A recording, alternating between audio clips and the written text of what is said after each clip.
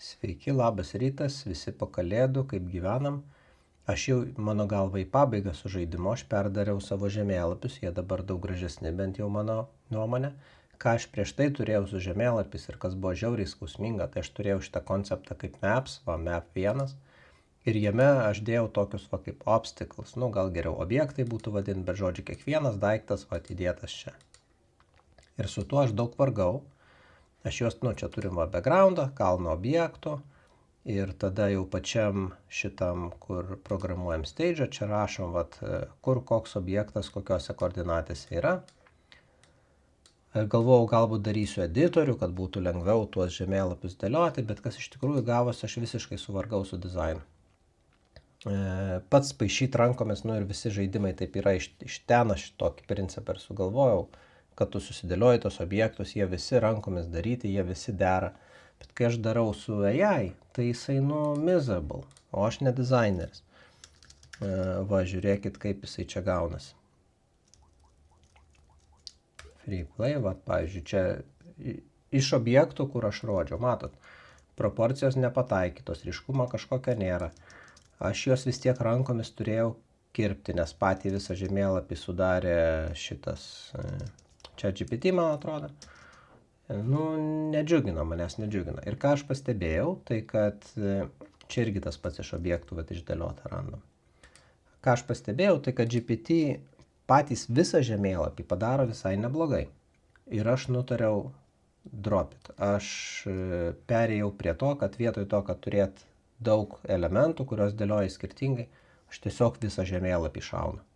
Dabar pas mane kiekvienas stage'as yra prašytas, tiesiog aš turiu renderius ir čia yra base layeris, kur yra visas žemėlapis, yra mask, tai yra ten, kur leidžiama žmogui važiuoti, ir yra layer 2, tai yra tai, kas yra virš tanko, po kuo galima pavažiuoti.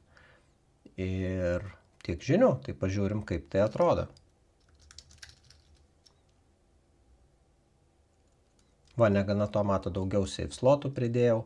Čia biškį tankiukų įdėjau. Pabandykim, ištrinkim seną žaidimą ir pradėkim naują. Matot, aš atsiduriu viršuje, aš galiu palysti po namais. Galiu palysti po kristalais, galiu šaudyti ir pabėgti. Galiu daug dalykų daryti. Ir tankiukai, matai, jau dabar įdomesni tankiukai, jau jie faini.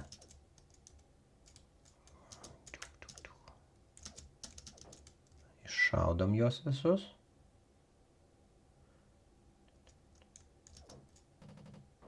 Matot, ir šitą biškį patobulinu. Kas įdomus dalykas, aš keičiau tankų dizainą, tą pridėjau, atėmiau. Jis visur išlaikė consistency. Tiek tam taške, kur score screen, jisai rodo visur tuos tankiukus taip, kaip jie yra. Ir čia kairiai pusė, kuri rodo visus nužudytus jau tankus, tai irgi rodo tą tikrą ikoną, kuri priklauso. Tas yra smagu. Ir tas žemėlapis, kurį mes žiūrėjome ekrane. Matot, nušaut reikia. Aš galiu palysti po kristalais ir čia viskas, kaip tiksliai iškirpau, taip ir galiu palysti po tais visais objektais. Ta dalis yra smagu. Ir šiaip grįžtant prie tos, kokiomis užduotimis AI susitvarko šiais laikais, tai matot, aš padariau, kad aš galiu slysti. Jeigu yra vietos šone, aš susiduriu su kažkokia tai kliūtim, aš galiu slysti. Bet priešai to nedarė, tai aš parašiau tiesiog, kad noriu, kad priešų tankai irgi turėtų tą pačią logiką. Ir padarė iš pirmo karto. 1, 2 ir yra. Tai ir aš turiu net ir siurprizą, žinant, kad išėjogi, aš pats nežiūriu, bet žmona žiūri, išėjo čia toks filmas įdomus, tai žiūrėkit, kokį aš turiu žemėlapį, matot? Ir aš galiu palysti po Demogorgon, pasislėpti.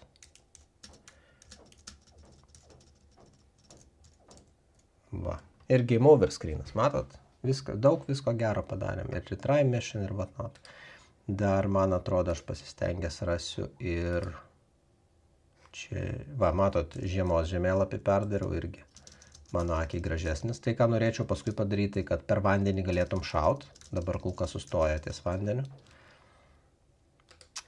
Ir dar aš norėjau jums parodyti dar vieną žemėlapį, geras žemėlapis. irgi geras, bet tiek to. Šitas irgi neblogas. Va, matot, yra avatar žemėlapis. Matot? Ir va, aš galiu po dūmais palyst. Tai va, tokios naujienos. Dar pažaidžiu su tuo nuo 3-4 ir turbūt skaitysim, kad baigta.